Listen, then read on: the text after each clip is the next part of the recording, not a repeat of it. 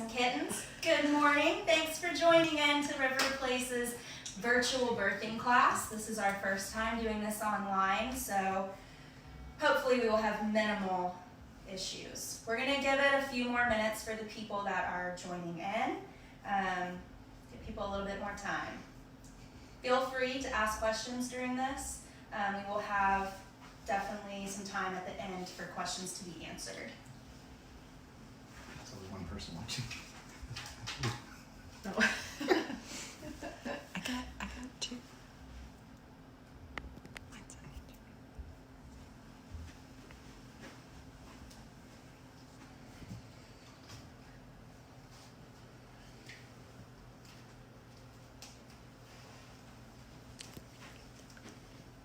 Three people. It's delayed. Mm-hmm.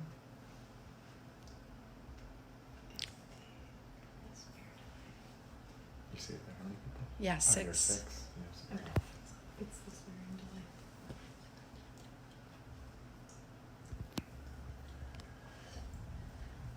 I think once we get to like 12, 7. Go stand up there again every once in a while so we know that we're doing this. Because otherwise it looks like it's stuck. Well, they can Well, hear. you're They walking can up there. hear They can you hear giving you, us too. opinions. You're just talking. No, the video is shaking. Put your elbows on the thing. Don't you need to support your elbows? You can't rotate your phone while recording. No. Okay. 9. Good morning. 9. You can put your seat down and then put your elbow. Somebody.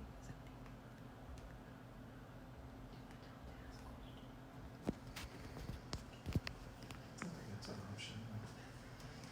Yeah, it didn't work. Oh, it is delayed. What's happening? It's just delayed. Say good morning to Matt. Should we say? We should say. Oh, there's a Pflugerville patient. They commented and said thank you. Initials MM. No, I will get my other pages here. I say we just.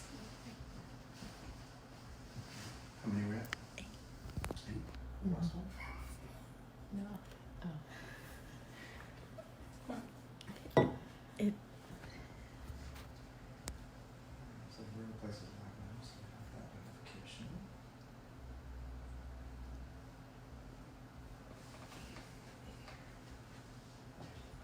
You can look in there, put a little comment and say thanks for joining us. We're waiting for you.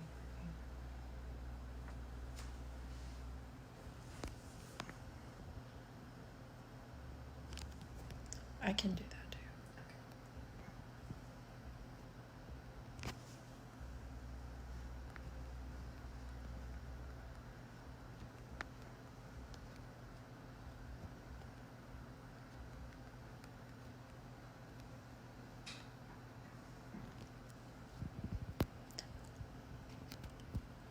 I say we go. Mm-hmm. I say we start. All right.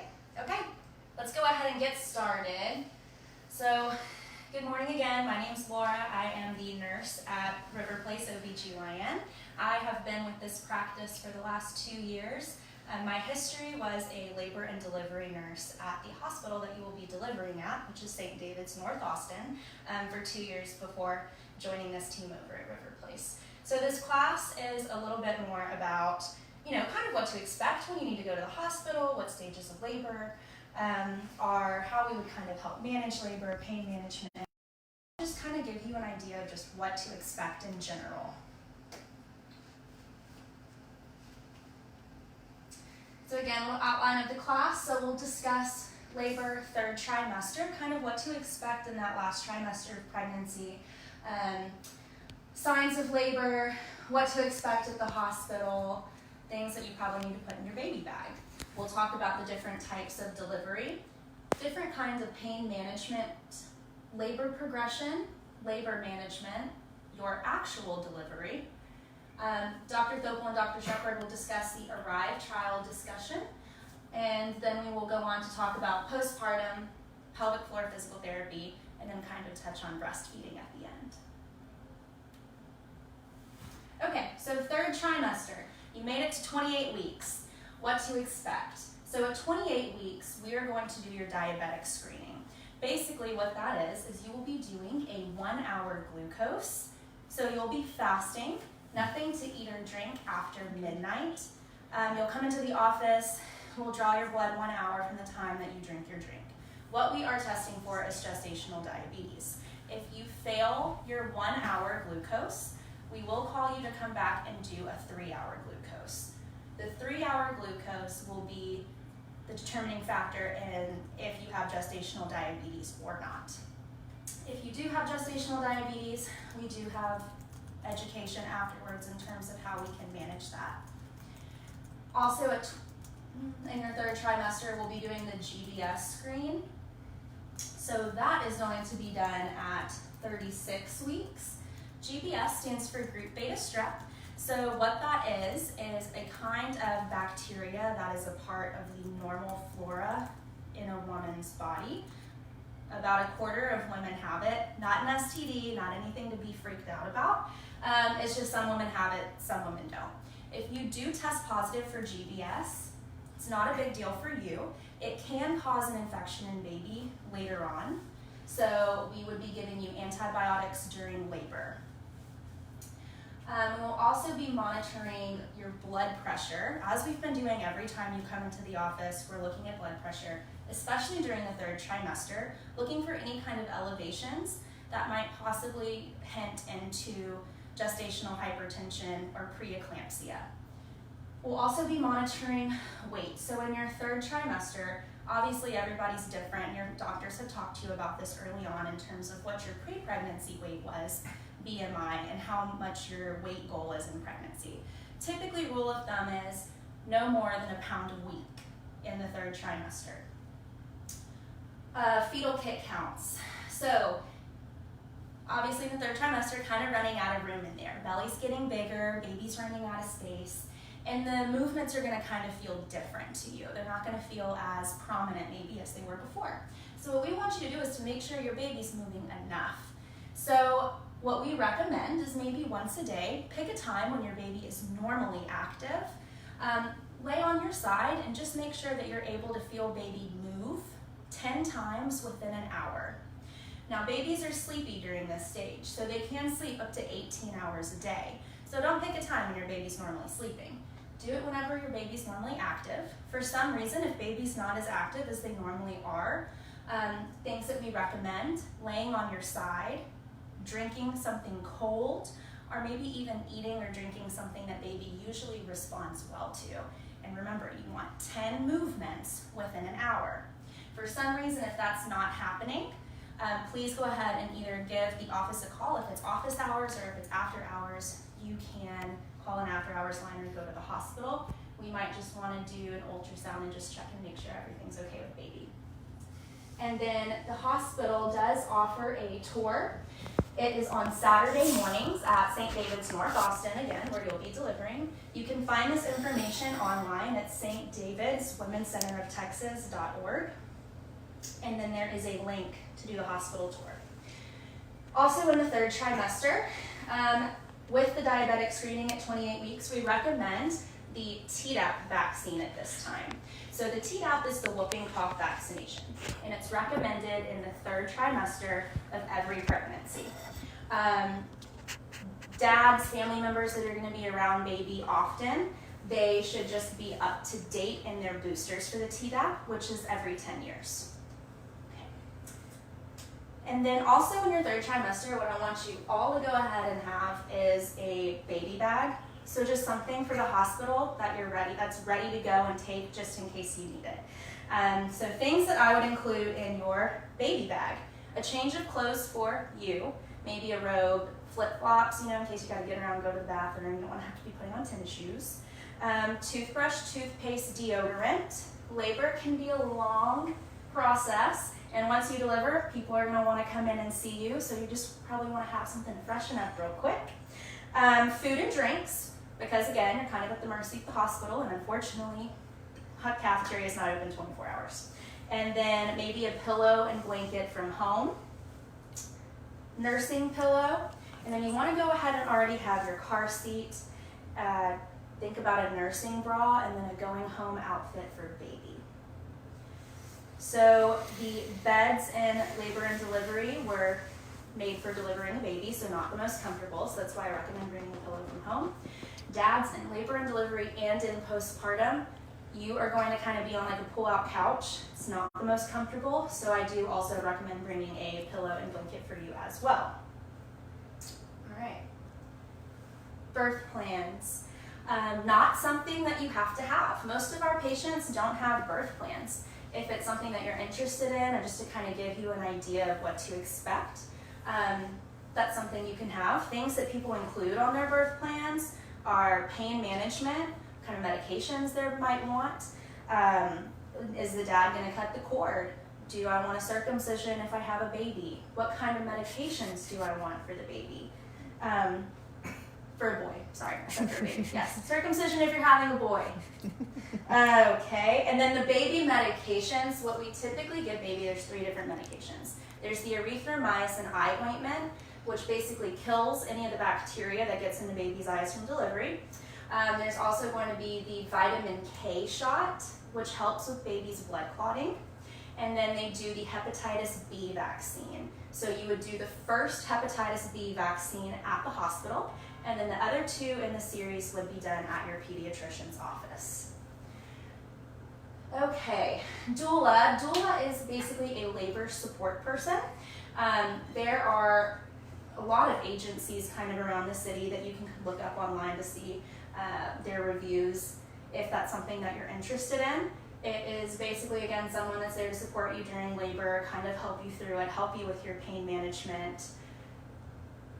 And again, not a lot of our patients don't have this. It is something that is out there and optional though, and is good for people maybe doing natural labor as well.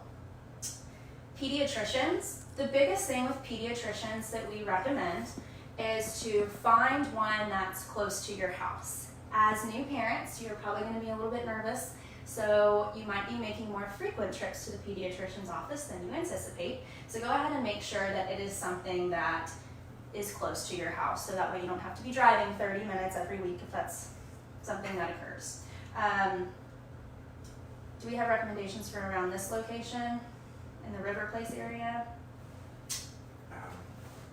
Wildflower, Okay. ADC, Dr. Science, Wildflower Pediatrics, ADC, Dr. Signs, Lone Star Pediatrics. and Lone Star Pediatrics are highly rated pediatricians that are around this area, also close to the office if this is where you're located.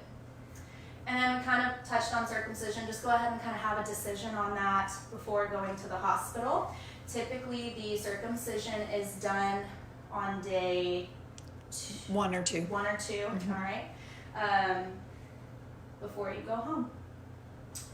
We talked about bags to pack for the hospital, and then car seat, and you can always go to the fire station as well to make sure that your car seat is safe and in correctly. All right, labor. So labor is basically defined as cervical change with regular painful contractions, all right? And all of this right here, what I'm gonna say, is going to be from 35 weeks and above. So if you are 35 weeks and above and you are having regular contractions every 5 to 7 minutes for 1 hour that are, meaningful, painful, that's a sign. Bleeding like you're having a period, and also if you have maybe a big gush of fluid like your water broke.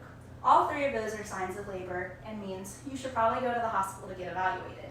If you are less than 35 weeks, basically if you are having contractions every 15 minutes and it's not going away with hydration and rest, that is something that we might consider preterm labor and we need to be evaluated for as well. So at this point, if any of these happen to you and you go to the hospital, what would happen is whenever you walk into the Women's Center, they would take you to triage, which is like a little evaluation area to see if you are actually in labor or if your water is broken. So triage, there are these little little rooms. It's not going to be the actual room you deliver in. And nurses will come in, monitor baby, kind of get you set up.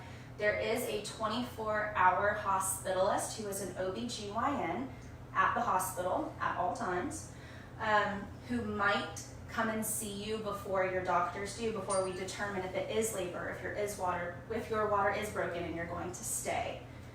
So, once you have declared yourself, what we say, basically if you are in labor, something that they'll do is they'll check your cervix as soon as you get there. If you're having contractions, they'll monitor you, maybe let you walk around for an hour or two, then they will recheck your cervix. If you have changed, congratulations, you're admitted.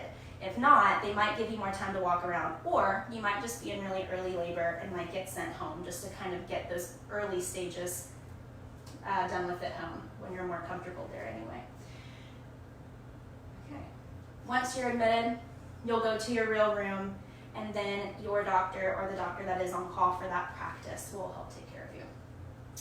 So the actual delivery room, items that are allowed, you can bring your stuff in there. I recommend basically just bringing in what you need though and saving maybe the after stuff. Just leave it in your car for postpartum.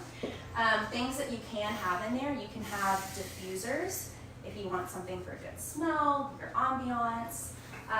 Bring in your baby bag. You cannot have candles. No. Also, no birthing tubs. Okay? Seems like a funny thing, but we have to address it because obviously it's been done and something's happened before. So, no candles, no birthing tubs. In the delivery room, it's pretty big. There's also a connected bathroom with a shower in there. So you have the option to kind of get in, take a shower if that's something that makes you feel more comfortable. There's really no limit in terms of the people allowed in your delivery room. The hospital doesn't really say like, oh, hey, you can only have, 2 people in there at a time. We're going to address the situation that we're in currently with COVID at the end, but in general, there's no limit. If you need your nurse to make a limit though and say you can only have 1 person at a time, we can do that too, just in case you don't want a mother-in-law in there. So who's going to be there at delivery? The nurse that's been with you the whole time will be there at delivery. The doctor will be there.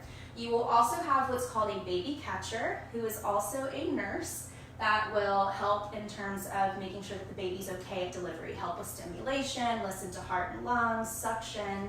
And then there would also probably be a tech, which would help the doctor with any kind of repairs or anything that needed to be done during delivery.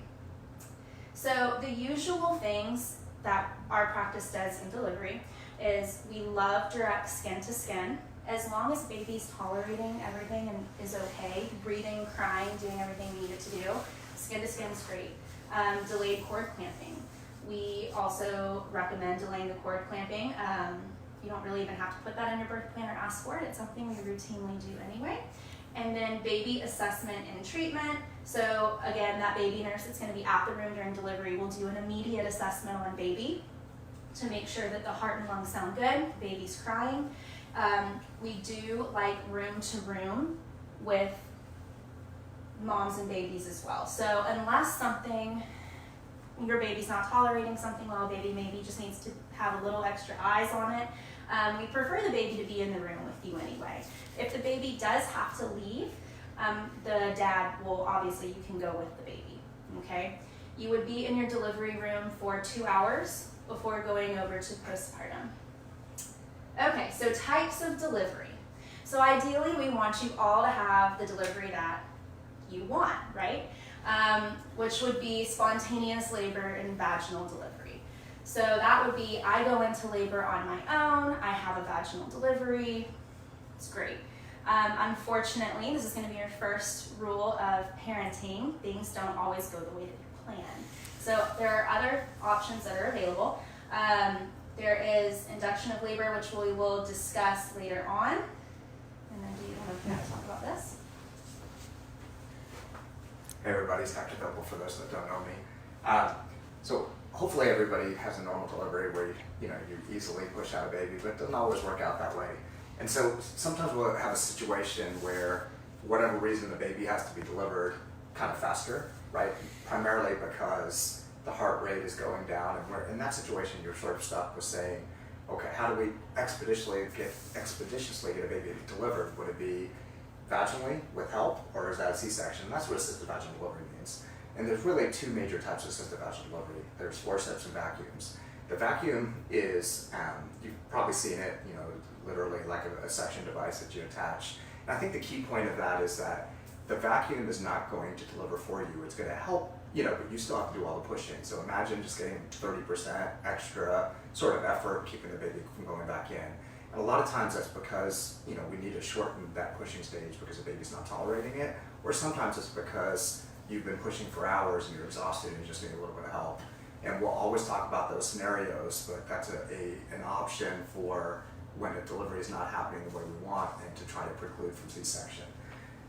If we're talking about types of C-sections, so some of you guys might have a scheduled C-section because the baby's breech and you know, you've chosen to go that route. And so in that situation, very easy, it'll be just like any surgery where you'll have a time to come to the hospital. It'll be 2 hours before, you know, they'll do all your intake in the pre-op room, take you back to the operating room. We use what's called a spinal. A spinal is kind of a quicker version. Everybody's heard of an epidural. A spinal's easier. It's just a one-time dose where you don't need a catheter in. We get you all prepped and draped, bring your partner in, and then get started. And so that's a very controlled situation. Unfortunately, in labor, some people are going to have unplanned C-sections, meaning, you know, along the way, for whatever reason, the process didn't work. And the vast majority of unplanned C-sections are not emergent. You know, and so the most common situation is you've just stopped making progress. So you've been 7 centimeters now for 6 hours, for example. That's a scenario that the labor process is not continuing. And at that point, we'll have discussions along the way of saying, hey, this, you know, here's what we can try. And in that situation, if you have an epidural, that epidural can actually be used for your C-section. So during labor, we want your epidural to give you some ability to move your legs, etc., because we want you to be able to push. Going to a C-section, we want pain control as the only thing that really matters, and so we dose you at a much higher level so that you're comfortable. Now, one of the scary things about is, you know, is people worry about pain. It's a very unique feeling in that you're with us, and up here you're fine, right? We want you present and being able to see your baby right away. But down here is where you're very, very numb. And so if I were to, you know, if you touch yourself like this, that's a lot of what you'll feel when we're actually doing surgery. You'll know that we're touching you, it just should not be painful. You know, that's kind of along the way. And then last, and what we hope not to happen, is an emergency C-section. Thankfully, emergency C-sections are not very common at all. But there's a situation if your baby's heart rate goes down, it just stays down. It's not a 1 minute thing. It's okay, we're not recovering, and we need to emergently sort of deliver. And the reason we choose the hospital that we do is that we have all the resources to handle the most difficult cases. You know, we have a full-time, 24/7 in-house anesthesia. We have, you know, hospitalist service, which is there as an extra set of hands, and then we'll likely be there with you in that same scenario too. And we have the capability of doing a C-section very fast. The minute, you know, I have a scalpel in my hand, and we have a baby in 30 seconds. And so, again, not something we want, but those situations do come up now and again. Okay, and a couple things. Yeah. So. Hi everybody, my name's Dana Wicker. I am new to River Place OBGYN as their women's health nurse practitioner, but I have just left the hospital as the OR supervisor, so I'm very well in tune with what goes on in the OR. And I just want to acknowledge, if you end up in the OR, a lot of people feel a lot of fear, and you know, this is not the plan that you wanted. Sort of what Laura was acknowledging earlier. That is okay. That's a really common feeling. Even if it ends up that your baby's breech and you didn't get to have that labor experience, there's a lot of feelings of grief that people feel. Know that that's really normal, first of all. If you can tell from this picture, this is extremely accurate. You can tell that this room in the OR is bright.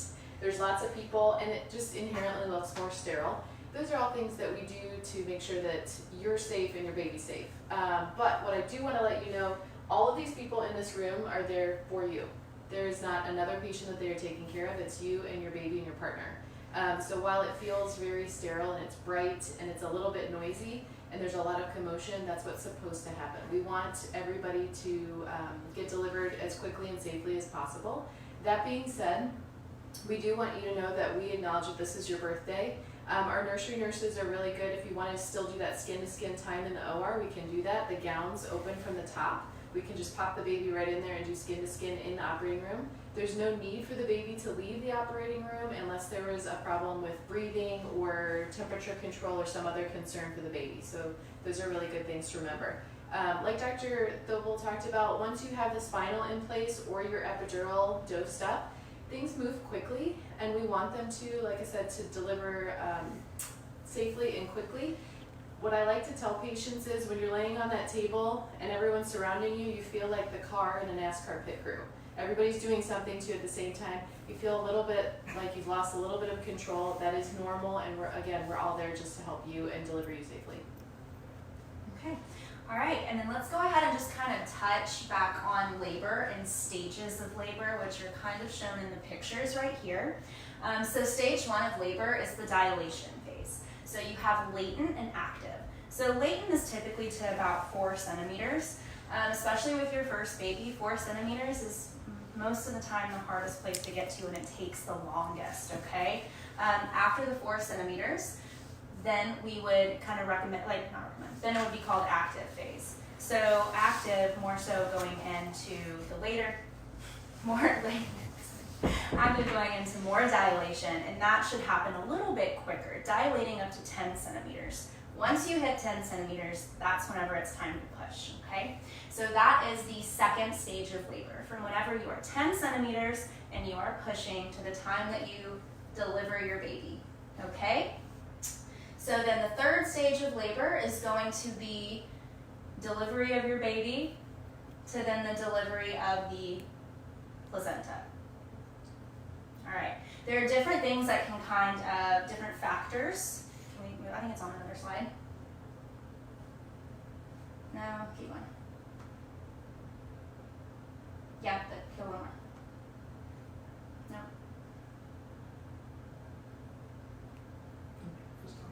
Okay. There are different factors that can kind of change into how your labor is progressing. So a lot of that is going to be baby's position in your pelvis. Obviously baby's going to be head down. You've kind of heard the term sunny side up. That's whenever baby's head is facing up in the pelvis, okay? So it would be delivering face up. That can make it a little bit more difficult. Now, there we go. That can make it a little bit more difficult in terms of dilation and pushing and getting your baby through that pelvic bone to kind of deliver. So ideally, ideal position that we like to say is baby's looking at the floor. Yes, thank you. So factors that can also affect the second stage of labor, diabetes. If you were a gestational diabetic or a pre-existing diabetic, you have a risk of baby being a little bit bigger. Bigger baby, obviously, might be a little bit harder to get out, right? Your maternal height and weight in your pelvis, that's one thing we also kind of monitor during the pregnancy too, is your weight due to this reason right here. Station of fetal head. So I'm going to go ahead and talk about what numbers mean. So whenever you're in labor and your doctor's checking your cervix or your nurse checks your cervix, something that they're going to say is dilation, effacement, and station. So what all of those mean is dilation is how many centimeters dilated is your cervix, okay? Effacement is how thin is your cervix. So think about it like if you have a thick cervix, like your 0% effaced would be, the thickest, 100% would be like paper thin. If you're 0% effaced, it's going to be harder for you to dilate, right? Because you're not as thin. Makes more sense that whenever your cervix is whenever your cervix is thinner, it's going to be easier for it to dilate. And then station is basically where your baby's head is in relation to your pelvis, okay? So -2, baby's up higher, 0 is at the level of that pelvic bone, and then +1, +2, +3 would be baby is lower, so closer to delivery. So you might say, my patient, you are 3 centimeters dilated, 70% effaced, and -2 station. So that way, whenever they're kind of spouting out those numbers, you kind of understand what that means. All right. Yeah, let's do pain. I'm going to do labor progression. Yeah, okay, that's fine. So we kind of talked about the labor progression, how the first stage is from onset of labor to the 10 centimeters, right? So your latent phase, slower, more gradual, and then active kind of hits more around the 5-6 centimeter marker where things typically take a turn and things go quicker. Also, very common in active labor to feel nauseous. A lot of people do throw up and to get shaky. These are all things that are common during that active phase of labor. Not the best feeling in the world, but totally normal, okay? And then again, second stage from whenever you are 10 centimeters dilated to delivering the baby.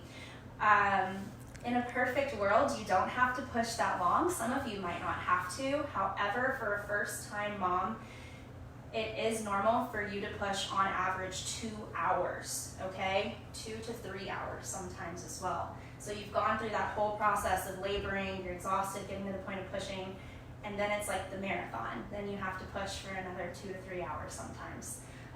Again, that is normal, and it's not something that you're a rare case. We are not gonna let you obviously go in for too long. Dr. Dople kind of talked about that already.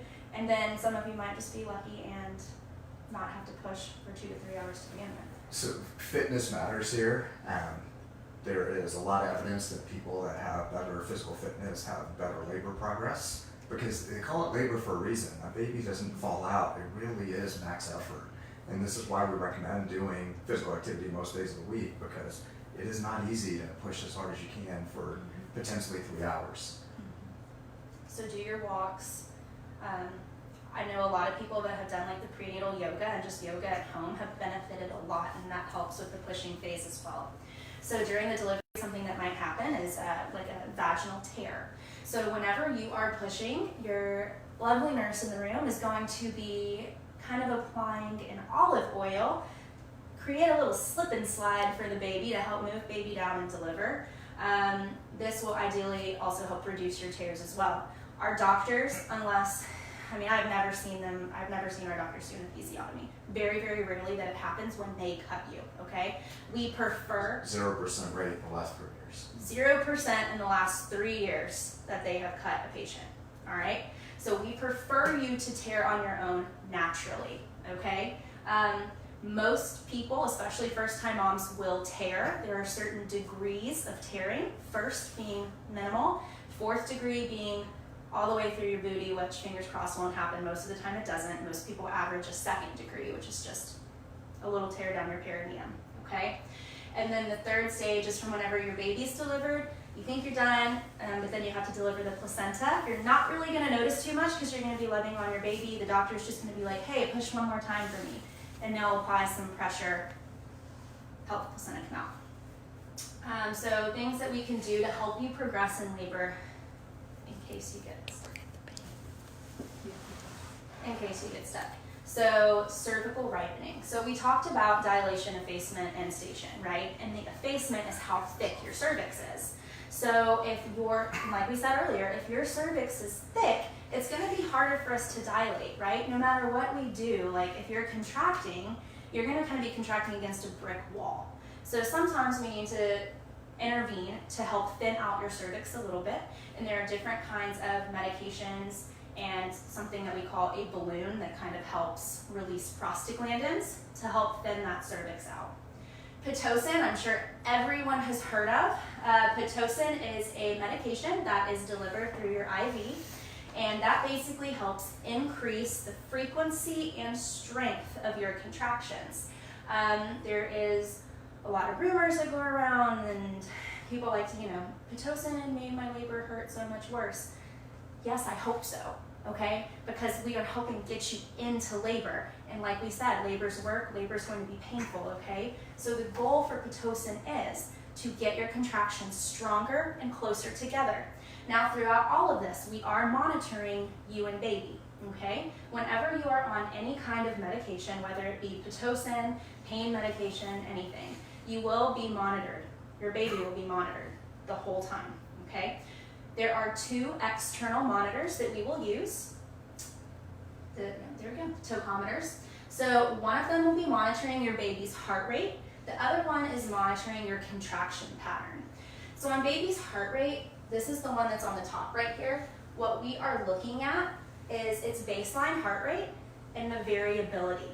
Okay, so if you and I are sitting across from each other and my heart rate is 70 flat the entire time, that's not really normal, right? So we expect your baby's heart rate to kind of fluctuate, go up and down. What your baby's heart rate does lets us know how baby is tolerating labor and contractions, okay? So we are looking at the heart rate and the variability, what your baby's heart rate is doing in relation to labor and contractions. This down here that looks like little waves are the actual contractions. So whenever you have an external monitor, it's hard for us to determine the strength of the contractions for real. So we are basically mainly on these. We can feel your stomach to feel how strong they are, but we're also going to be looking at how close together your contractions are. Ideally in labor, we want your contractions between 2 to 3 minutes apart from start to start. Okay, and then so most people's water actually does not break on its own. Interesting fact. Sometimes, it can happen, like in the movies, and it's the dramatic water break. That can happen. Before labor, right. And then sometimes it can be leaking out, okay? So if you notice that you are leaking beforehand and it's not really going away and, you're kind of moving around and it's just keeps going, that's something we probably want to check out. Sometimes you do pee yourself, that's common, but yes, sometimes it can be a slower leak. If you are in labor and your water's not broken though, something that we can do to kind of help progress and speed things along is called artificial rupture of membranes, which is where the doctor will break your water. It's this little bitty plastic hook. Again, nothing we're going to do is going to hurt your baby. Right up here, there you go. And see, you can barely even see a little hook on the edge, super small. And we just kind of nick that bag of water so that the water breaks, and it kind of helps baby engage more in the pelvis, pick things up. 2 other things that could possibly be used most of the time are not. One of them is called an intrauterine pressure catheter, or an IUPC. Basically what that is, it is an internal monitor that goes around your baby in the uterus that can tell us the exact strength and timing of your contractions. When would we use this? 1, your water would already have to be broken, okay? 2, we would use it if you are on Pitocin or you're, and we're trying to titrate to make sure that you're in a good labor pattern and we need a more accurate reading. So we would do that if, for the safety of your baby, you're not progressing, to help benefit you the most with this labor. Fetal scalp electrode, that is also rarely used. Sometimes it can be hard to listen to your baby's heartbeat or catch it on the monitor, the external monitor. So if that is the case, which again does not happen often, the FSC is something that kind of attaches to the baby's head so that we can have an accurate continuous reading of your baby's heart rate. So again, all of these things that are done are to, help you get through labor and have that vaginal delivery that you want, and then as well as making sure that you and your baby are safe and tolerating it well. Okay? All right, Miss Dana's gonna touch on some pain management.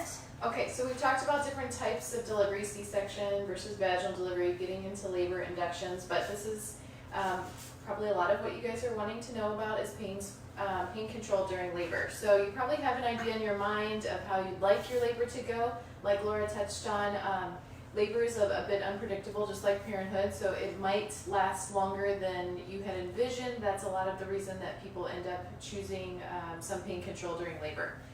Regardless, there's lots of forms of labor pain control. So one of them, these are kind of going from least invasive to most invasive, your labor support. So that's your support person, it's music, it's bringing an oil diffuser to kind of change the ambiance in the room, going to sort of your focal point when you're having intense contractions. That's going to be a lot of what you're going to do, especially in the early parts of labor. We have positioning devices like birthing balls, we have peanut balls or squat bars. There's lots of different things you can choose to change position during labor, and a lot of times changing position will help with pain control. Breathing techniques, these would be classes that people can attend, like your typical Lamaze breathing classes. There's also classes for Bradley method, which is a partner-driven support for labor. But breathing techniques are really important regardless of what you choose. It's important to kind of just focus yourself as the contraction's starting, kind of do what works for you. And then at the end of the contraction, you really just want to make sure you're taking a nice deep breath in and you're letting it go. And as you let it go, let your shoulders relax, let your body relax in preparation for that next contraction. That's a really good tip for partners to remember to tell your laboring mama just to remember to relax after that contraction's over. As we kind of keep going down, the birthing ball, like I talked about, birthing balls you can set by the side of the bed, and you can sit and bounce and kind of rock your hips on the birthing ball as you go through that contraction. That is helpful just to kind of keep moving through the contraction and let the baby kind of come down through the pelvis. Things you want to think about, people oftentimes will sit in the bed with their legs crossed like this. That's probably not very helpful to keep your pelvis open. So anything you can do, standing, walking, rocking, using those birthing balls is going to help to provide a little bit of gravity through the pelvis and to keep the pelvis open. Shower is really helpful and beneficial to people. These would be if you are not on Pitocin. So this would be if you're in natural labor and your physician has decided that it's safe enough for you to be away from the monitor for about 30 minutes. Every labor room has a shower in it with a shower chair. Sometimes people feel like just taking the shower head off and using it on your back or your front or your belly is really helpful for pain. Your partner can provide massage, your nurse can provide counter pressure. Sometimes just putting counter pressure on the low back as you have a contraction, especially if you have what's called back labor, that's really helpful to kind of release a little bit of pain. We do have three methods of pain control in the hospital. One is nitrous oxide. You might have heard of this. Nitrous oxide is the same thing that you would have at the dentist. What happens is your nurse would bring in a cart into the room. It has 2 tanks on it.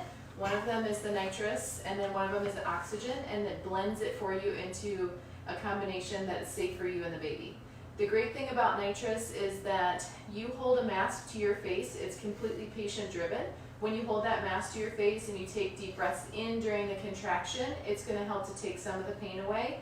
After the contraction's over, you'll sort of fall asleep for a few seconds. The mask will kind of fall away from your face. You start breathing regular room air again, and you're awake. There's a very short amount of time for this to be effective in changing how you feel. A lot of times people feel maybe a little bit lightheaded.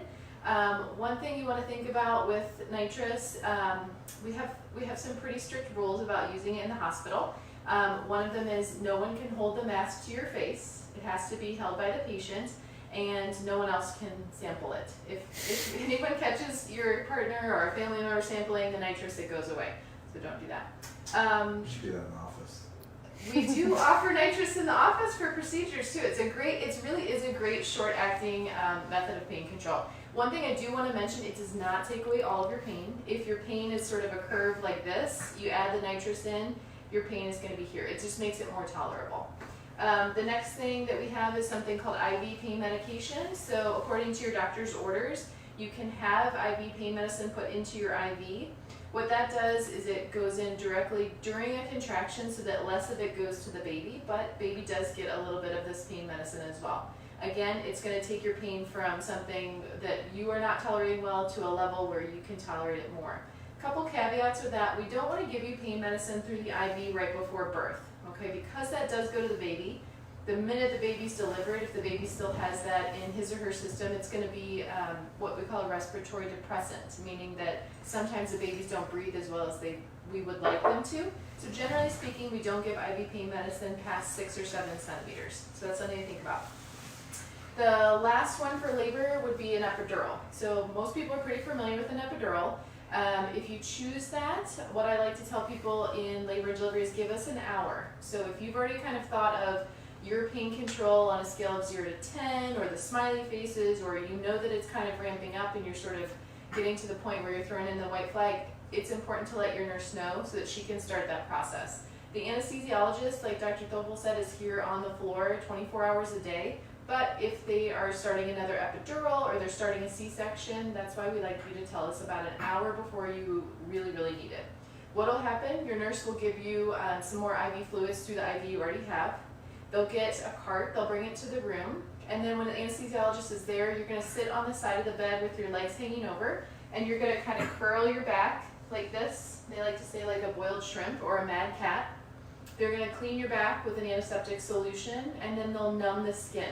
It's kind of like when you go to the dentist and they numb your tooth before they fix a cavity. They're going to numb first, and then they will use an epidural catheter to get to the correct spot in your spine. They'll put the catheter in, and it works exactly like an IV would that goes to your arm. So the little tubing goes into the right spot in your back, and then it gets hooked up to a pump that has medicine in it. That pump will deliver medicine for as long as we need it to. Okay, so there's no epidural ran out. It's sometimes that the pain supersedes the level of the epidural. There's a couple things that we can do to kind of mitigate that. One, everybody who gets an epidural is given a button. Okay, this button will give you a little bit extra medicine. All right, so if your pain control brought you to this level and your pain kind of goes above that, that would be a good time to push the button. Couple things to think about with that. Just like in a C-section, we don't want you to be completely numb. It is extremely difficult to push a baby out if you can't feel a thing. So what we like to have is that it's brought your pain level to a point where you are able to tolerate it and you're more comfortable. That's a good spot. Not feeling anything is not a possible thing for any sort of delivery. After the delivery, your nurse will take that catheter out of your back, just like she would take your IV out of your arm. One thing you want to think about when it comes to different pain control methods, if you're thinking you want to try nitrous, don't get IV pain medicine, okay? If you've already received IV pain medicine, you can't go back to nitrous. So it's sort of, there's an order of it. If you are thinking about it, you could try nitrous first and then go to an epidural if it wasn't covering, or you could do nitrous, IV pain medicine, epidural. But you can't have IV pain medicine before nitrous. So something to kind of keep in mind. Anything else? So, yeah. So about the epidural, I think one of the things, so it's not an all or nothing thing. There's a dose that goes in. So some people want to feel more than others. So there's a default rate, and then there's the top off button that she was talking about. Personally, I think the default rate's a little higher for a lot of people than I would prefer. So one of the things is that toward the end of labor, even if you have an amazing epidural, right, but you're feeling something, and a lot of times that pressure itself can be very painful. It is much harder to take away the pressure of the baby being low than contraction pain, which is a little bit higher. So if you can't move your legs, but you're still saying that you have pain, to have motor block, meaning your legs are blocked, means that you, if anything, have more of that dose than we would like, than less of that block. So remember, you always can hit the button, but there's a trade-off. You have to push the baby out. If you get so numb because of the pressure and you keep hitting the button, or if you ask anesthesia and you tell them you have pain, they will redose you, and remember, their goal is to make you comfortable, not so much to make sure that you can push the baby out. So there are people that have great epidurals that feel good and don't have pressure pain, but there's also a lot of people that feel that pressure. And remember, that's the harder one to take away, and we want some of that with the pushing. So if you can't move your legs, don't hit a button, okay? Talk about the catheter. Oh, I can do it, it's fine. Also, just so you know, once you get an epidural, there is no such thing as a walking epidural at our hospital. You are going to be in the bed from that point on, okay? So no more sitting on birthing balls, getting up, moving around. So obviously, how do you go to the bathroom? That means that you would be getting a Foley catheter, which is a catheter that goes into your bladder because you won't really even be able to know that you're peeing anyway. So we need to make sure your bladder's emptied. So once you get that epidural, once you're comfortable and everything's more situated, you feel a little bit better, we'll put that catheter in, and then you'll be in the bed. Like Dana had talked about earlier, moving around is good for labor as well. So your nurses are going to kind of help you move every 15 to 30 minutes from side to side, just to help that baby get down there. She also talked about peanut balls earlier, which are literally, they look like birthing balls, made of the same thing. It's just in the shape of a large peanut. It goes in between your legs to help open up that pelvis, kind of let baby move down a little bit easier. Whether you have an epidural or not, but especially if you have an epidural, ask for the peanut ball to kind of help you through labor, okay? I think that is something that's super helpful. I think that's it with epidurals, right? One common side effect, just so you know, of an epidural is sometimes you will have low blood pressure. It's not a reason to not get an epidural. We try to prevent that from happening, like Dana said, by giving you IV fluid beforehand. If for some reason after your epidural you start feeling nauseous, lightheaded, like you're going to pass out, that is a sign of low blood pressure. So just speak up, tell your nurse. We have a medication already in the room right there that we can give you to kind of help reverse that and get you feeling better. Okay, and then go back to that one real quick, Dr. Thopel, with the common interventions. Yeah, right there.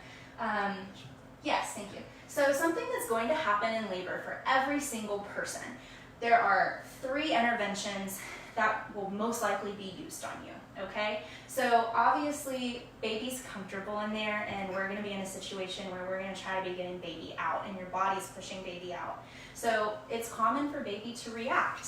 So there are different interventions that can be done to kind of help baby's heart rate go back to being happy and get it in a position where maybe it's not in as much distress. So something that we would do is be giving you IV fluids. Just so you know, at our hospital, you do have to have an IV the entire time you're there, okay? It does not matter if you're on any medications, if you're in natural labor, you at least have to have IV access in your arm, okay? So IV fluids, basically just like a normal saline or something going into your IV, that has shown to kind of help with baby to kind of get it more reactive. Look at that variability that we had talked about earlier. Position change, so moving from side to side. We've talked about that a lot today. This is something else that can just kind of help maybe get baby happier as well. Sometimes in the positions in baby moving down, it can kind of press on its cord, make you look like baby's in some distress. So from moving you around will also help as well. And then oxygen is available. Again, if baby looks like it's not tolerating it very well, or even in the pushing stage. Again, that baby's getting squeezed on, it's not gonna be that happy. And we're gonna be trying to keep baby as happy as possible throughout all of this. Oxygen mask might be put on in between you pushing and contractions or just randomly throughout labor. So sometimes, things can happen fast. Your nurse is always gonna be watching your baby's heart rate. Your doctors are there at the hospital or even in the office. They have apps on their phone where they can see what's going on with you and your baby. And then in the nurse's break room and the charge nurse station, all the monitors and the strips, what we call them, are up. So everyone is always watching your baby so we can determine the safety and how baby's tolerating it.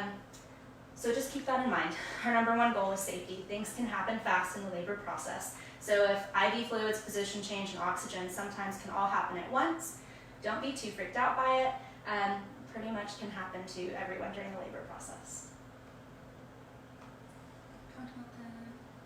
Okay, so postpartum. So once you deliver, you will be in your labor room ideally for about 2 hours. What we like for you to do at that point is get some food in you. We want you to get up and go to the bathroom, probably about an hour after we take that epidural catheter out, just so that we can make sure that you're able to empty your bladder and feel that sensation.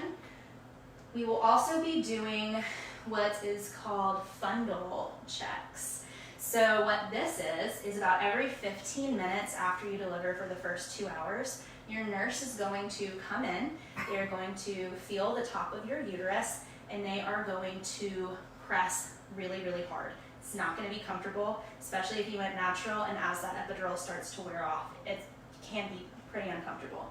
We are doing that to make sure that your uterus is nice and firm, what we call contracted, so that you are not bleeding too much, okay? So we'll be checking, we'll have pads on to make sure that you're not bleeding too much. We're monitoring for postpartum hemorrhage, okay?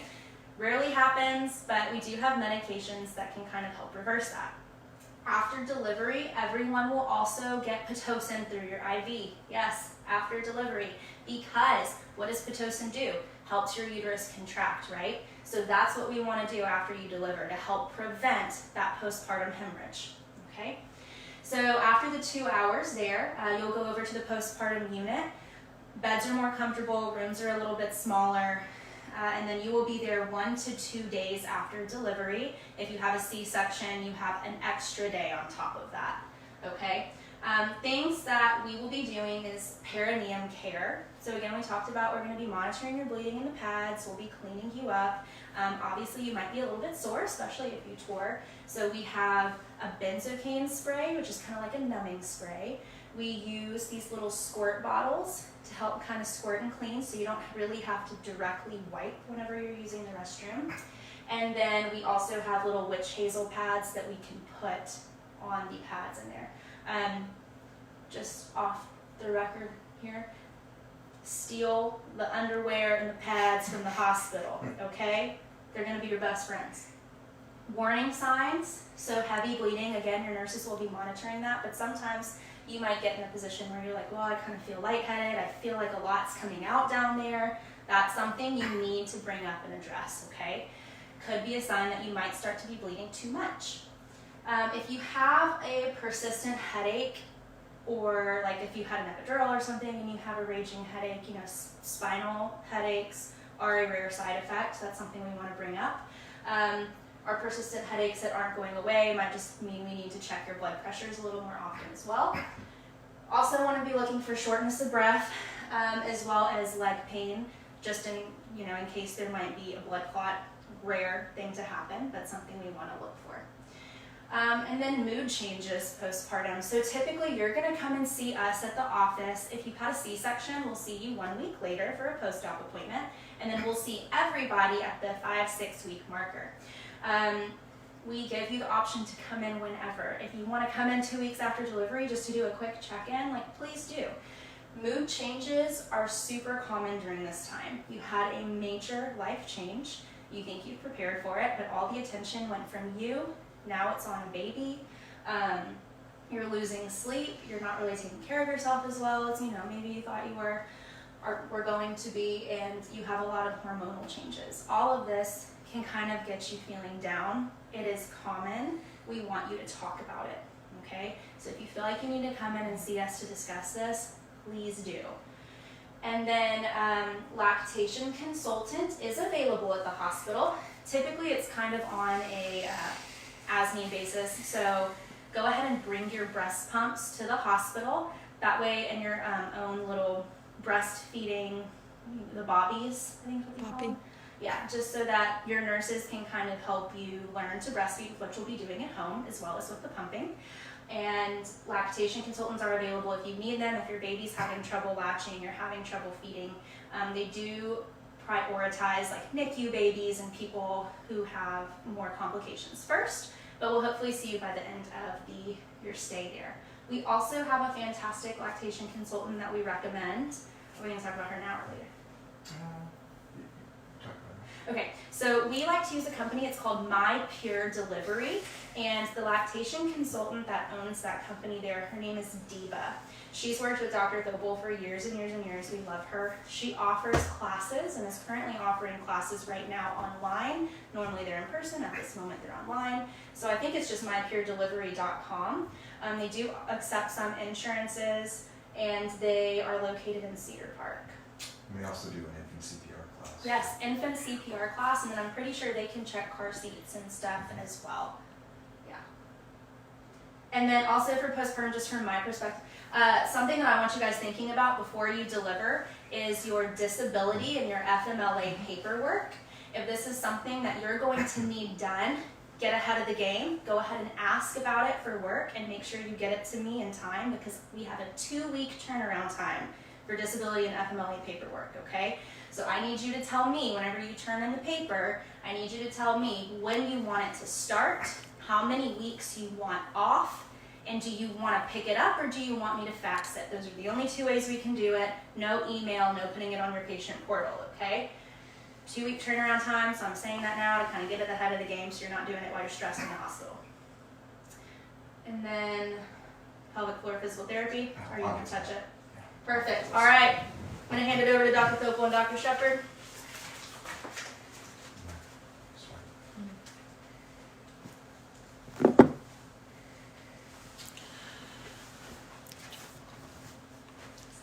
Hey guys, Dr. Thopel again.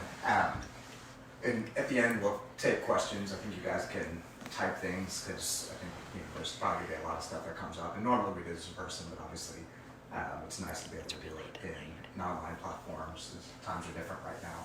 So let's talk a little bit about induction. And I think there's a lot of myths that are out there. So, you're not here, but I'd say, what have you heard? And a lot of people have heard a lot of negative things about if they have to be induced. So the big question, and I think the biggest, historic thing is, has induction correlated with increased risk of C-section? And through the lay community, that's been put out for a long period of time, saying that if somebody has to have an induction, their risk of C-section is higher. So based on the old data, that seemed to be the case. So in other words, what they used to look at is saying, if somebody came into labor, and somebody else were being induced, the person in labor actually had a lower C-section rate. So, based upon that, say, hey, you might have a higher C-section rate being induced. The problem with that is what newer data will say, it's probably not the case at all. So we had some older trials that looked at what we call expected management, right? So it's not a fair comparison to say, if you're induced and this person's in labor, this person's already in labor, what's their outcome, right? Because there's something about not being in labor in earlier gestational age that actually increases the risk of C-section. So in other words, if somebody is 42 weeks pregnant, there's a higher C-section rate in those people that are 42 weeks than somebody who went into labor at 39 weeks. So really the best data is saying, comparing you to your future self, right? Saying, if nothing happened to me, what would happen? We call that expected management. Of course, we can't compare you to future you, but we can compare you to other people in a similar scenario.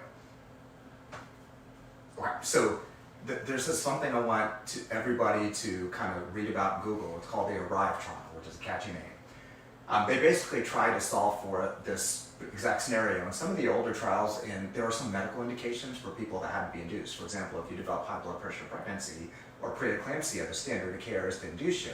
Well, the reason that standard of care is based upon some early trials that looked at outcomes in moms and babies and in watching them, again, expected management, versus inducing them. So a lot of times this was induction at 37 or 38 weeks versus letting them go on.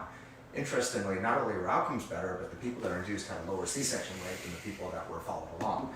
So this is some of the thoughts behind this trial, which is called ARRIVE. Now, the best study you can do in medicine is called a randomized controlled trial, right? A randomized controlled trial is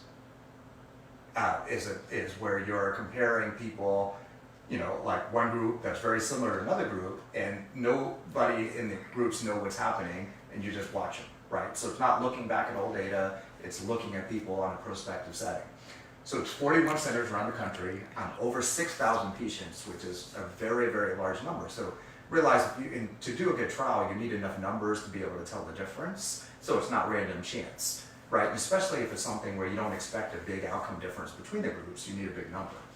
So basically they randomize people between induction at 39 weeks versus letting them go on forever. So it's important there to talk about what term means, right? So, everybody knows their due date. Remember, due date is sort of really an arbitrary due month because we can't pick it to exact. We kind of use rough estimates based on early ultrasound last period. So that due date is 40 weeks, right? So we actually consider you full term at 37 weeks. So early full term starts at 37 weeks. 37 to 39 is that early full term.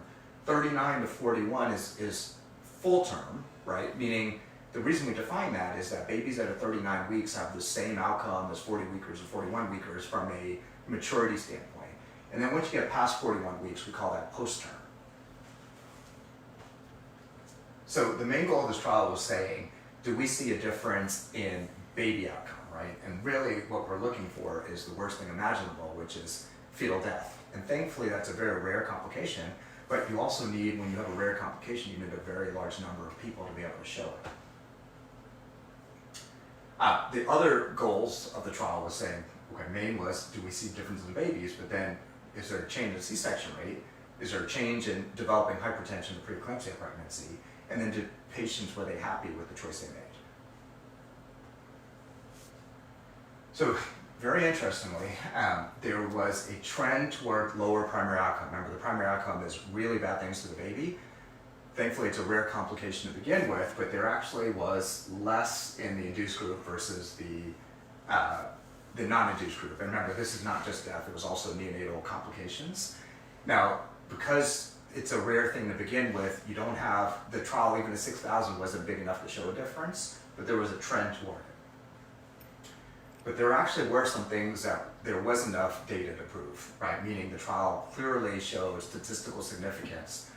And this is what that blew everybody away, is there's a lower C-section rate in the women that were induced.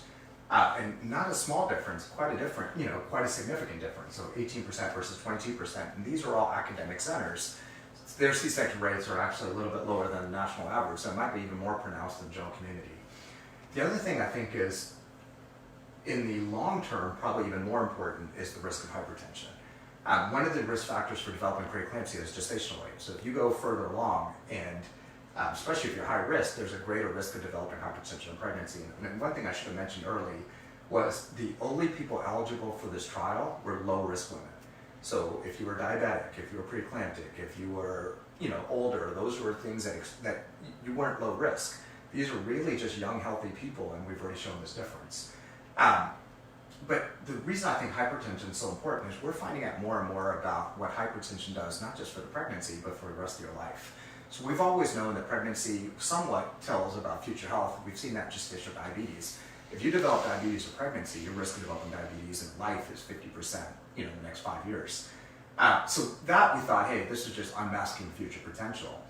Preeclampsia probably is different, right? So it kind of makes sense that if you're developing high blood pressure in pregnancy, one of the things that's happening is that your blood vessels are sort of being remodeled. Women that develop hypertension of pregnancy actually have a 3 to 4 time risk in some studies of having cardiovascular death later in life, right? So there's something about developing hypertension that probably impacts your long-term outcome. And that's huge, right? I mean, these are things that, impact the rest of your life. Less babies needed to go to the NICU for respiratory support, and patients actually reported higher satisfaction when they were induced and less pain. So does this make sense, right? I mean, why would being induced change the outcome? Well, part of that is that if you went to labor and you're under 39 weeks, awesome. But remember, some of those people that are at 39 weeks will still be pregnant at 40 or 41 weeks. We know that being 41 weeks pregnant, if you look, always, that data's been there. The further you go in pregnancy, there's always been a higher C-section rate. There's two things that probably go along with that. So from a pure, simple, concept, a baby at 41 weeks is bigger than a baby at 39 weeks, right? That makes logical sense. On average, a baby grows about a half a pound a week at term. The other part of it is a nuanced one, and that's the placenta, right? So if you look at even before all this, and you're in a very low intervention type practice 5 years ago, even they wouldn't let you be pregnant past 42 weeks and encourage induction past 41.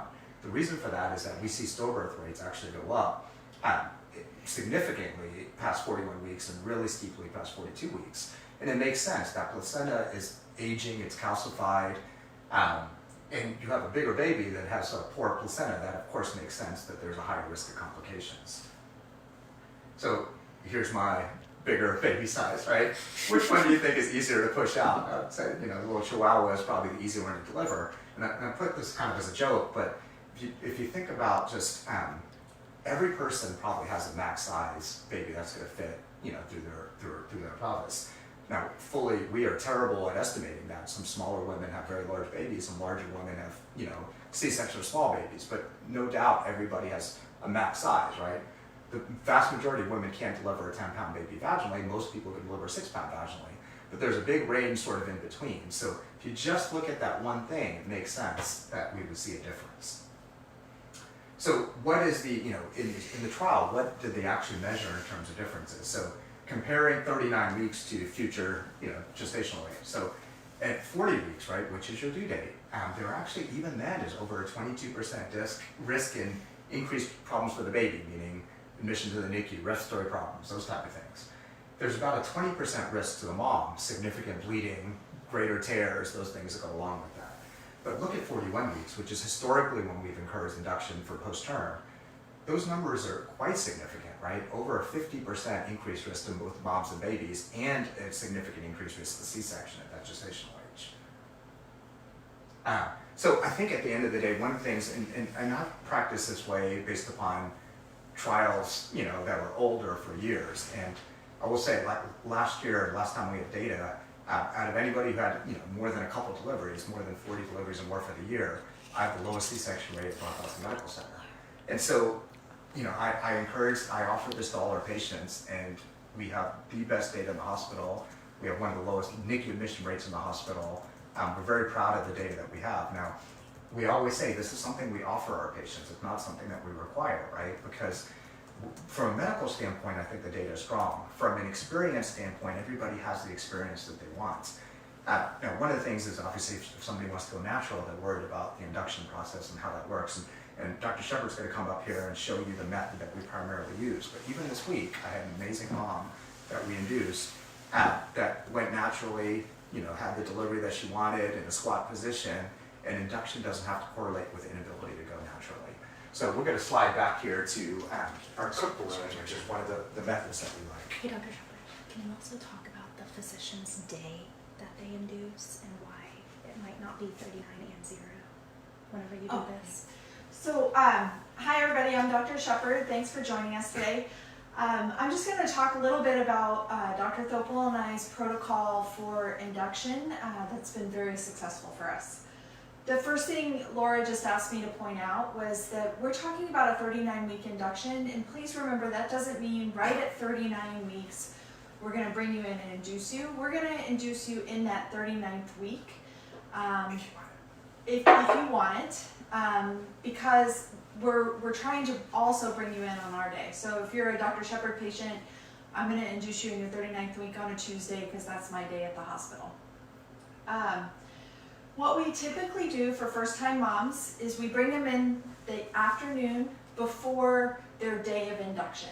And you come into the hospital, you'll actually have an appointment to come in and have your induction. And we put in something called a cook balloon.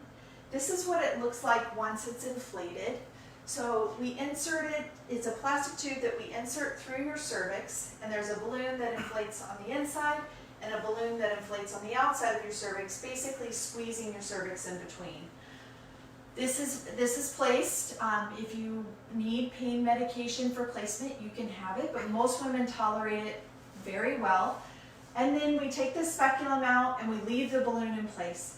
You have a plastic tube hanging out of your vagina. I always describe it as like a mega tampon string. You can still get up and walk around, you can still pee, you can still poop, you can still take a shower. And we let that work overnight. We in the hospital overnight, and then in the morning we plan on starting Pitocin, which starts the contractions. The balloon helps what we call ripen your cervix or get your cervix ready for Pitocin. It'll thin your cervix out a little bit, dilate your cervix. It sometimes can actually put people into labor, and that's okay if that happens. That's the purpose, is to have a baby. I'd say about 50% of our patients need pain medicine overnight with the balloon in place. And sometimes that pain management involves IV pain meds, just getting a few doses of IV pain meds. Sometimes the IV pain meds don't work, and you absolutely can have an epidural with the balloon in place. One thing I remind patients of is if you do get an epidural overnight, that means you can't get up and walk around, you can't eat regular food anymore. So if you're in so much pain that you don't want to do those two things, we're not going to say no to an epidural. We do like to start Pitocin early in the morning, and we typically start it before the cafeteria is open. But it is nice to get a little bit of breakfast in before we start the Pitocin and you can't eat regular food. So we counsel our patients to please bring some sort of continental breakfast with you so that you can have some food before the Pitocin starts. We often will have an overlap with the balloon and the Pitocin, and that's okay. They can work simultaneously. Sometimes the balloon comes out on its own overnight, and that is absolutely fine and wonderful. If it doesn't, typically we'll be removing it when we get there. And you may want to consider getting an epidural before that happens. And we will sort of counsel you about the schedule again once you come in for your balloon and what's going to happen. How about later? We have, what I was just going to get to is we've had really good success with the balloon. Typically when we remove it, patients are 6 or 7 centimeters. And so we've had wonderful success with it. I do always remind people that it's not a 6 or 7 centimeter active labor type centimeter. So if you remember back in that slide, induction can sort of change. You know, a lot of people think, okay, I'm 7 centimeters, next check, I should be ready to push the baby out. But sometimes it can take a little while to get those regular contractions. The other thing we typically do is we'll break your water after we remove the balloon. So that sort of kicks people into labor too. and that's one reason to consider getting the epidural before you have the balloon removed. Are there any other questions? Okay. At this point, I think we're done with our general. PT. Oh, we're going to talk about physical therapy after delivery, and Dr. Thobel's going to talk about that. So let's talk a little bit about postpartum. The postpartum, which we now call the fourth stage of sort of labor or pregnancy, is a time of recovery, and physiologically things are different. After having a kid, your pelvic floor is different, and having kids, is obviously a wonderful thing, but there are some things that it increases risk for from a long-term GYN health standpoint. Having kids increases the risk of vaginally, especially of incontinence and pelvic floor prolapse. So historically, if you had any other sort of injury anywhere in your body, if you threw out a disc in your spine, et cetera, we'd send you to physical therapy to help recover. And in pelvic floor, it's the same as that concept. It's just very hard to find pelvic floor physical therapists. It's a very special sort of product. Well, thankfully, we've made some arrangements for that. So let's go through some of the slides here. So the why is that 1 out of 3 women at 40 and above leak urine, right? And a lot of people accept leaking urine as a normal part of life, but it really shouldn't be. I mean, that's something that our goal is to try to prevent that. At 50, those numbers are actually 1 and 2. And people probably will always, often have some degree of prolapse, meaning things are falling just a little bit. So what is pelvic floor physical therapy? It's covered by all major insurance. We do it, it's not Monday anymore, it's Wednesdays, but we actually have a third-party PT specialist that we've asked to come in and take care of our patients. So this is sort of an internal view of the pelvic floor. The hammock-looking thing that goes around the vagina and rectum and the urethra, which are the 3 holes you see there, is called the levator ani. And so as the baby comes down and just putting pressure on it, stretches out those muscles. If we do, like in clinical trials where people are doing MRI, for example, after a delivery and looking for muscle injury, it's impressive that 1 out of 3 people have what looks like pretty significant pelvic floor trauma. Amazingly, women just are so strong that they just get by and not even notice that. But in trials, that's the rate. So what exactly do they do in those sessions? So everybody's probably heard of Kegels, which is sort of kind of squeezing along the way. We've always told people to do Kegels because there really wasn't a great other mechanism to do something because pelvic floor wasn't available. A real Kegel is against some sort of resistance. So one of the things that the pelvic floor PT person is doing is that they're actually doing like inserts where you're squeezing against and helping to recruit those muscles. But then a lot of the other things that you would do in other back injuries, et cetera, is using biofeedback and electrical stim. And so they're doing all those things during those sessions to help you really recruit those smooth muscle fibers and let them heal. And so something that we recommend for anybody who delivers, especially vaginally, as a no-brainer, is to do a series of PT recordings. So not only is it available, the nice thing too is that after you deliver, the logistics are good because it's covered by insurance, you have met your deductible. So it's something we think is a great service for our patients, and we're happy that we're able to, as a small practice, have such a nice specialty available to us. And they'll kind of teach you through things to do as a go forward at home. All right. And here's information about My Pure Delivery, which is the lactation consultant, infant CPR. She's normally here as part of this class, but we strongly recommend seeing her if you have any problems. I think not enough people see a lactation consultant after they leave the hospital. There's nothing like that dedicated time where it's just you to be able to spend with someone. So if you have any struggle whatsoever, please see a lactation consultant. The other people I'd like to mention is that we do work with a couple of private banks for cord blood. Some of you guys might be or have heard of cord blood banking. In Texas, we don't really have a public bank.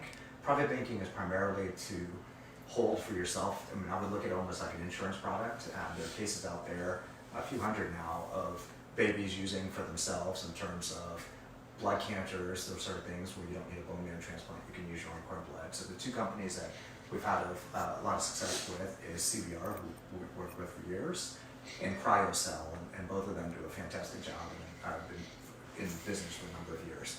Really just a minority of patients that choose that, but just know it's an option. I'd welcome, if you have any questions about it, ask us more in the office, and we can give you some literature. So that's kind of the main portion of this class. We do have a question.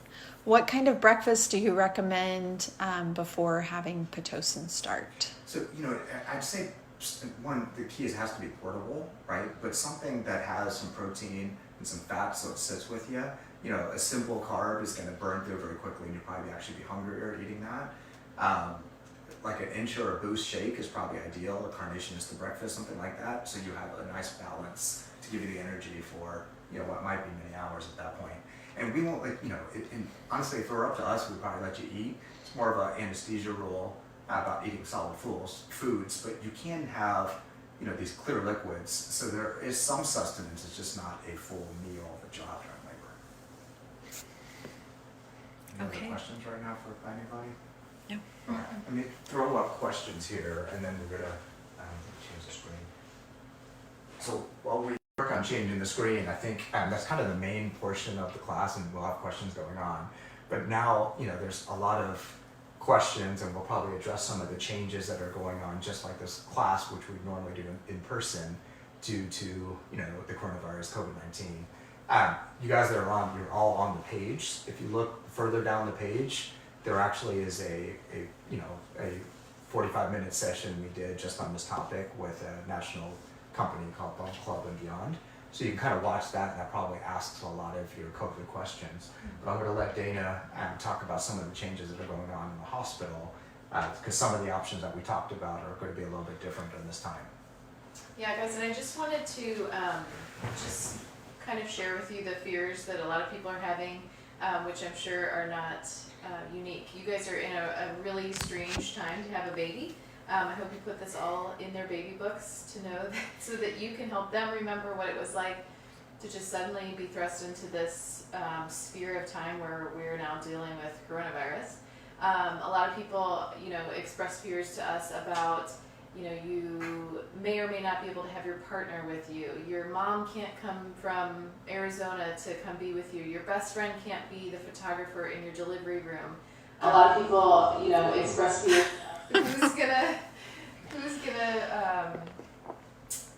Who's gonna help me with the baby at home? These are all really, really real fears, and I just want to acknowledge that we hear you guys, we see you. Our job is to help you. So I just want to acknowledge those fears, and I just want to empower you. This birth isn't gonna look like you thought it was gonna look, and that's okay. Like Laura said at the very beginning, parenting is super unpredictable, and this is probably the best example of that. So I just want you to know that people have birthed babies in every locale and situation possible. So please know that even though this is going to look different than what you thought, your nurses and doctors are here to support you. So that being said, a couple specific things. When you come to the hospital, you're going to go to the back of the hospital on the Renford Way location side, where you'll see that large rotunda for the Women's Center of Texas.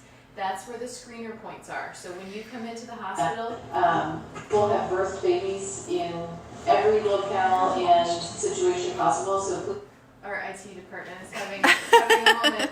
Any questions up? That we just. But when you come to the hospital, please know that you will be screened. So you are allowed to bring one person with you. I would suggest that this be your birth partner, but you can pick whoever you want it to be. That one person is going to be your person from labor and delivery to discharge. So choose wisely. When you come into the Women's Center entrance, you're going to get screened. This means someone's going to take your temperature, and they're going to ask you 3 questions about if you've been exposed to the coronavirus, if you have any symptoms, cough, fever, things like that. You will get a band on your arm. You need to leave that on at all times. So the green band means you have no symptoms, red means there's trouble, and we need to figure out how you are to be assessed.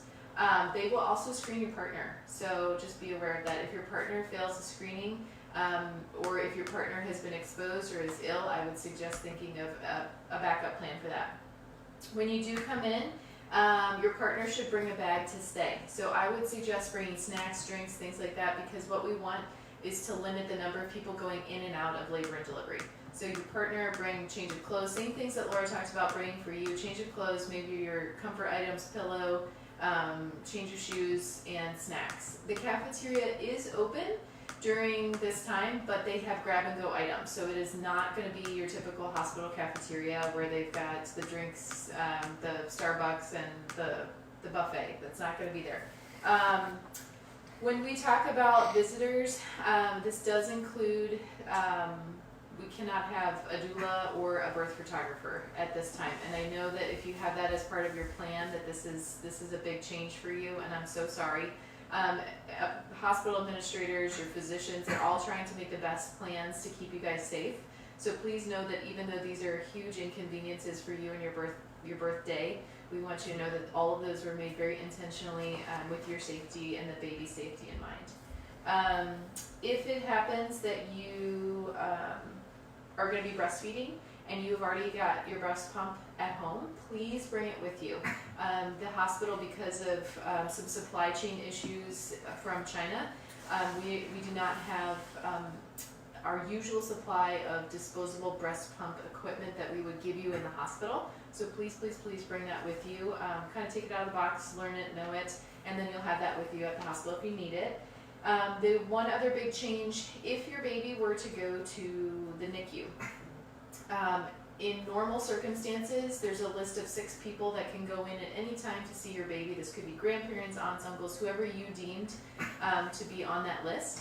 Right now, they're allowing 1 person at the bedside in the NICU at a time, and it can only be one of the 2 parents that has the baby band on it. You can swap out, so if mom wants to visit and then partner wants to visit, you could swap out, but it's only 1 person at a time to limit the number of visitors through the NICU at any one time.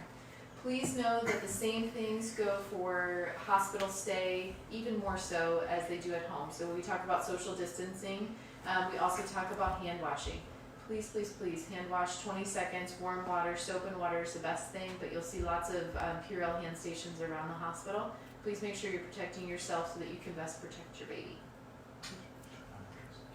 Oh, thank you. One other change that's going to happen, we talked about different pain control options in labor. One of those is nitrous oxide.